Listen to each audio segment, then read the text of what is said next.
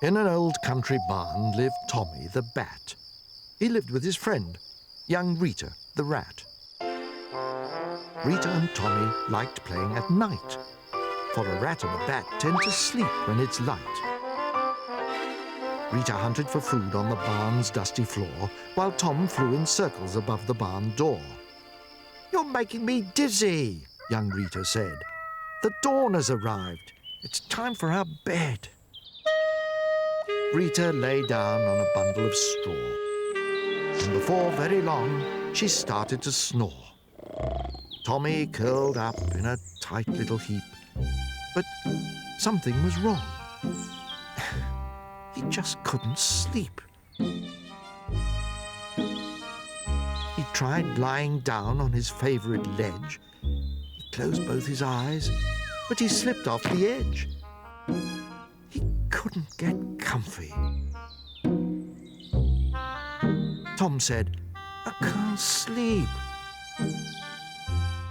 So Rita replied, "Try counting some sheep." He counted aloud to 1,004 till Rita cried out, "Please don't count any more." "Perhaps you're not tired," a little mouse said. "Do lots of flying and then go to bed." With a whizz and a whoo, Tommy flew round and round till the dizzy young bat collapsed on the ground. "Well done," said the rat. "At last there's a cure." Then Tommy sat up and said, "Are you sure?" He still couldn't sleep, though he tried and he tried. Then a wise old barn owl flew down to his side. "I know what to do. My plan never fails. I have a big book of fun nighttime tales." The owl was quite right. Sleep came as she read. But not to poor Tommy. The owl slept instead. Next, they called in Tom's doctor, a clever young spider, who peered in Tom's mouth and said, "Please open wider." The doctor was puzzled. She had a long think. Then she took from her bag a hot nettle drink. But the cure, like the spider, was terribly small, and a drink of that size was no cure at all. Rita sent for Tom's mother. She'll know what to do. And his mum soon arrived with a suitcase or two. "What's the matter?" she asked. Tom started to weep. "I've tried lots of ways, but I can't get to sleep." "Well, didn't you know," Mum said with a frown, "that bats only sleep when they hang upside down?" "Upside down! Upside down!" shouted Tommy with glee, as he flew round and round. "How silly of me!" Then he hung upside down by the tips of his toes, and very soon after he started to doze. The owl hugged the mouse, Tom's mum hugged the rat, and they left Tommy sleeping. At last, that was that. Eddie the catfish was restless and bored. The lake where he lived, he'd already explored. "I want some adventure. I'm tired of it here. The same old lake bottom, year after year. I'm tired of the water. I want to breathe air. I want to search further and visit up there." "Oh, careful now, Eddie," warned his good friend Flo.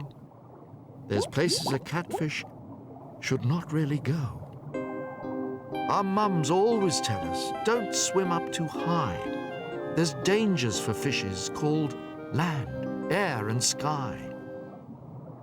"Exactly," said Eddie. "That's just what I mean.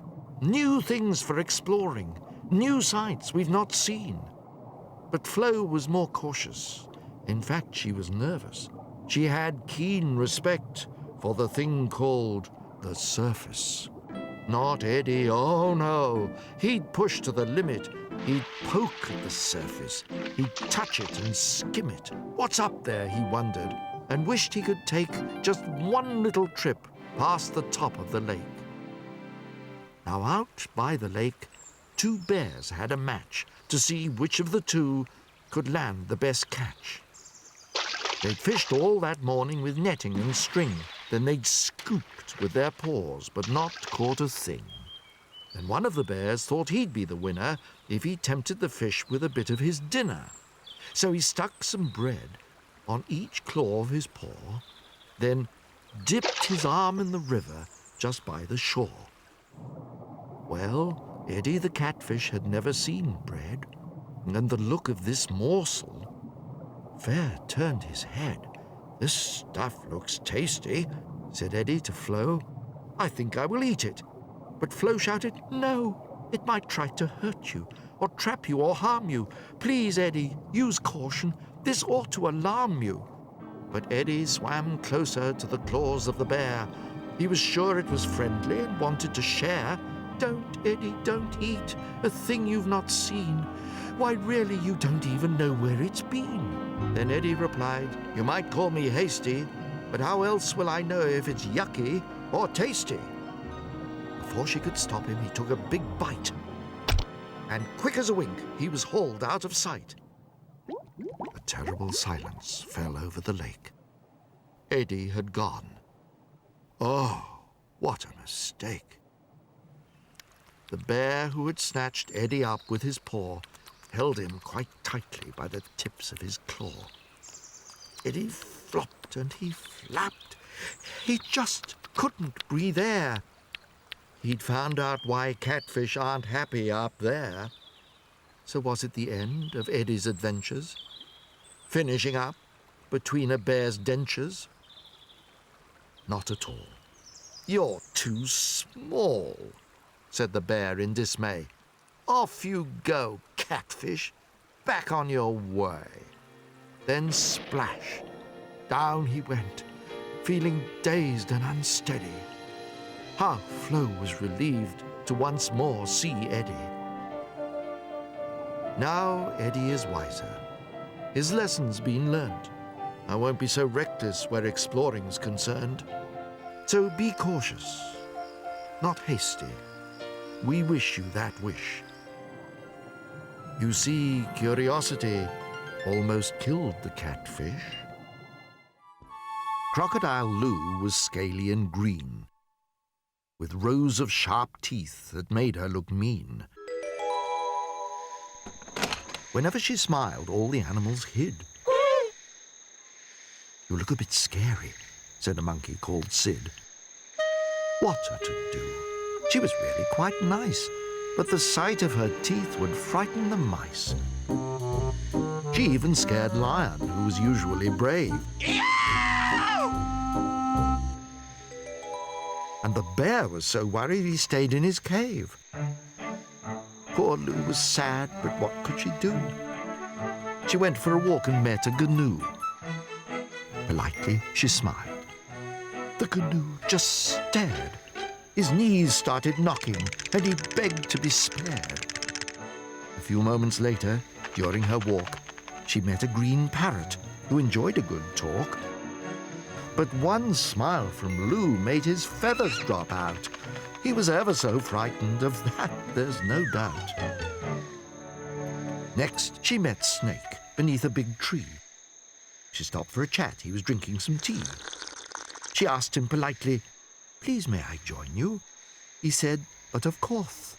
Is it one lump or two?" They talked for a while and ate strawberry cake. She told him her name. He said, "My name is Jake." She couldn't believe it. He didn't seem scared.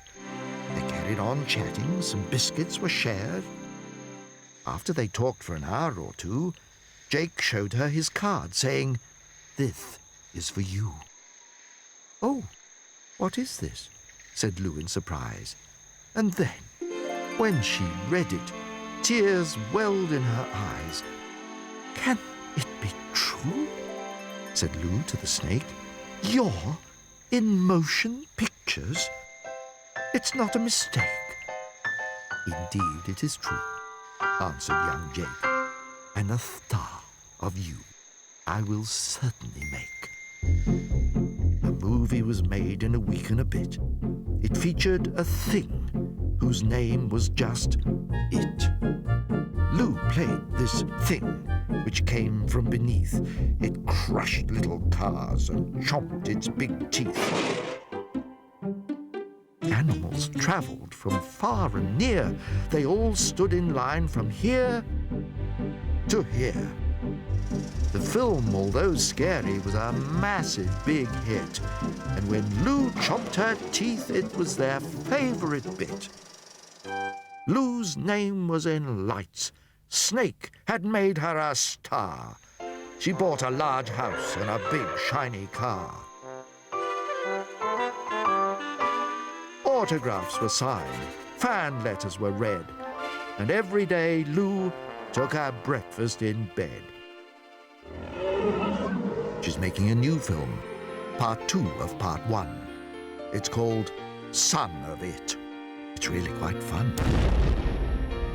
And when she comes home, she bathes in goat's milk, then flops into bed onto pillows of silk. So Crocodile Lou, all scaly and green, is now a big star of the silvery screen. Now when she smiles, all the animals cheer. She's loved by them all.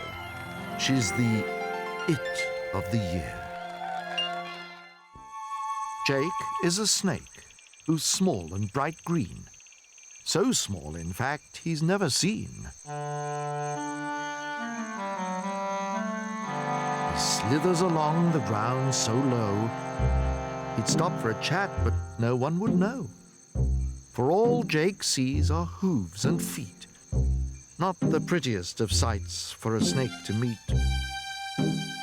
Whenever he calls, "Hello up there," a reply from above is ever so rare. One night in bed while reading a book, Jake turned to a page which made him look. He saw a picture of a balloon, all red and shiny, as big as the moon. "That's it," said Jake. "I'll take to the sky and look other creatures straight in the eye."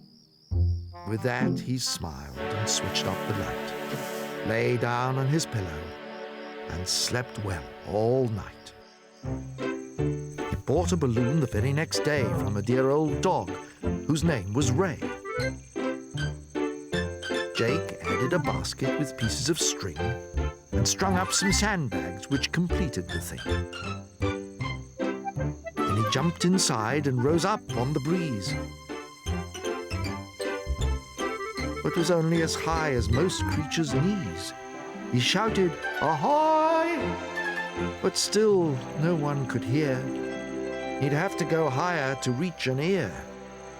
So he cut off the sandbags. Up, up he rose, passing a bear, just missing his nose. At last he was noticed. "Hooray!" said the snake. He held out his tail and said, "Hi, I'm Jake." But something was wrong. He continued to rise. "What's happening?" said Jake as he climbed to the skies. The crowd got worried the higher Jake got. They had to squint, for soon Jake was a dot. Up higher and higher he passed a bluebird. A snake in a basket? That's truly absurd. He passed through a cloud. Above was a star. Oh dear, oh my, he'd gone too far. A few minutes later, he'd reached the moon, bright and shining like a silver spoon. The balloon went pop, then spun through the air, darting around from here to there. He'd flown too close to the pointy bit. How he wished he'd brought a puncture kit. Whizzing around, it made a rude sound,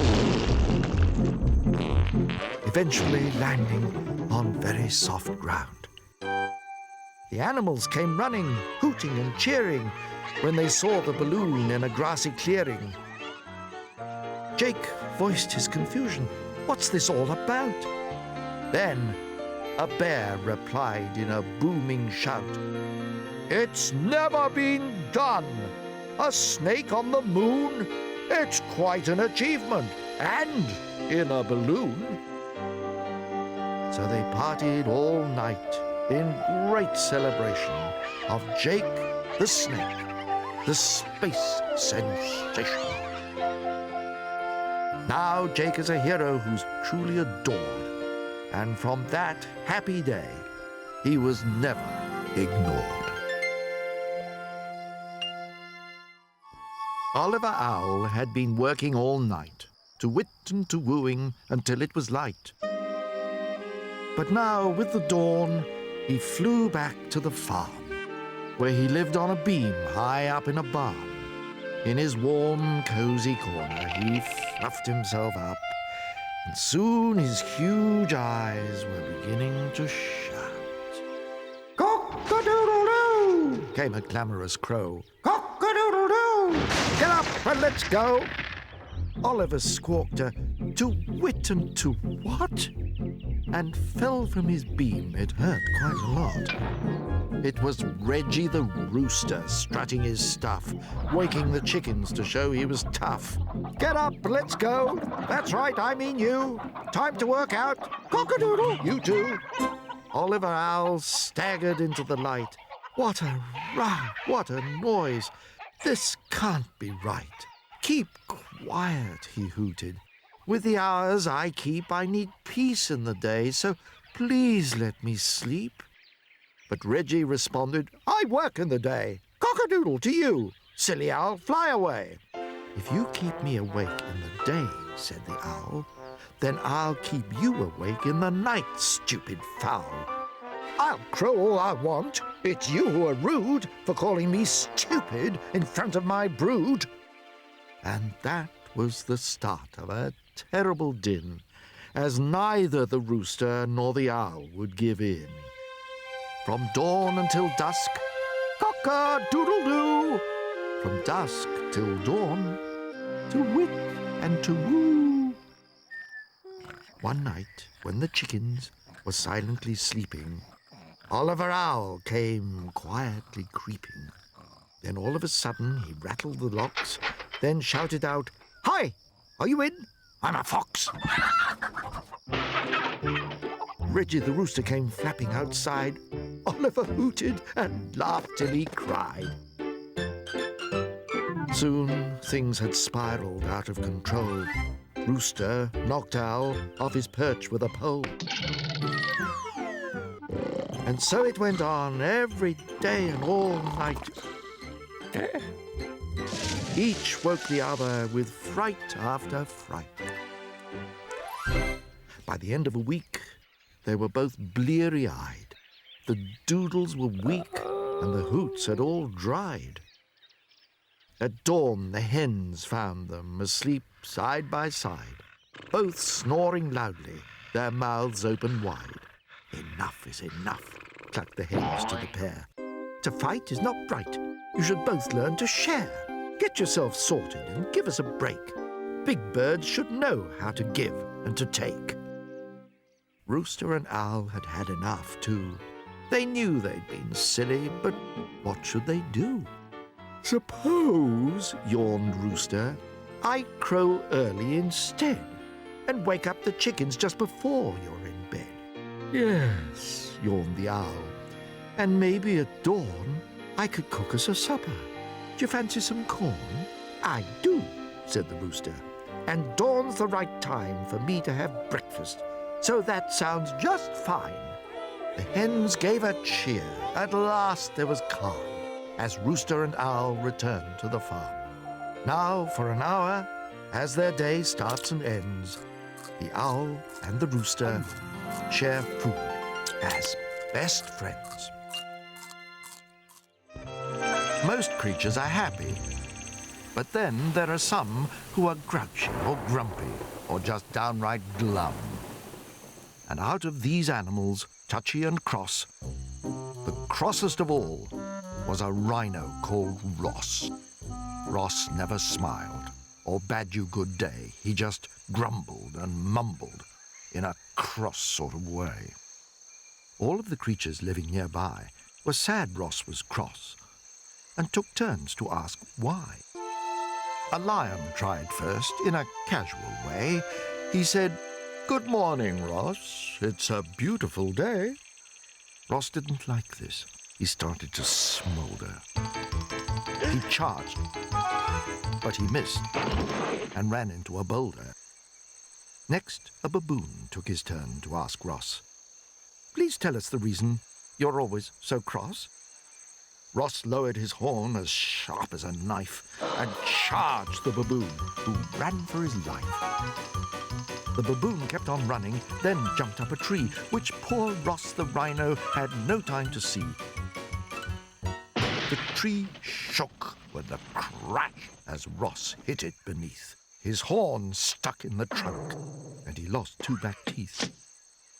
Ross struggled and wriggled, but then, at long last, he had to admit his head was stuck fast.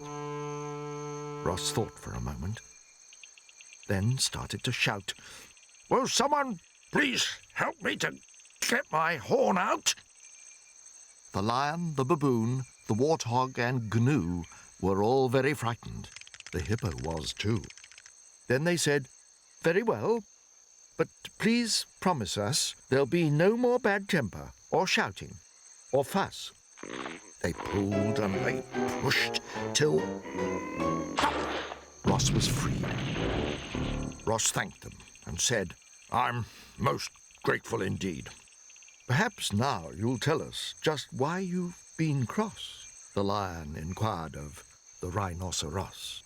Ross prodded the teeth which had just been knocked out and said, "That's the reason I grump, snarl, and shout.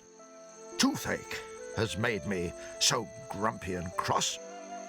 But now I feel better," said a happier Ross. The lion said, "Well," but then he said, "Phew, I'm sorry to tell you, you've got bad breath too." But he had an idea and said, "You all wait there. What your teeth need is some good dental care." He whizzed off, then came back, much later that day. "Here you are," said the lion. "No more tooth decay. This toothbrush I've made will keep your teeth clean. And thank me for the bristles," said a hedgehog called Dean. Ross took the toothbrush and squeezed on some paste. Then he brushed till the foam reached halfway to his waist. He brushed and he brushed till his teeth looked like new, as white as an ice cream and fresh as the dew. And do you know what? From that day on, Ross's bad temper had completely gone. He never got toothache ever again, because he brushed his teeth daily, come wind, sun, or rain. Now his teeth are a picture, and he's no longer glum, and everyone counts him their very best chum.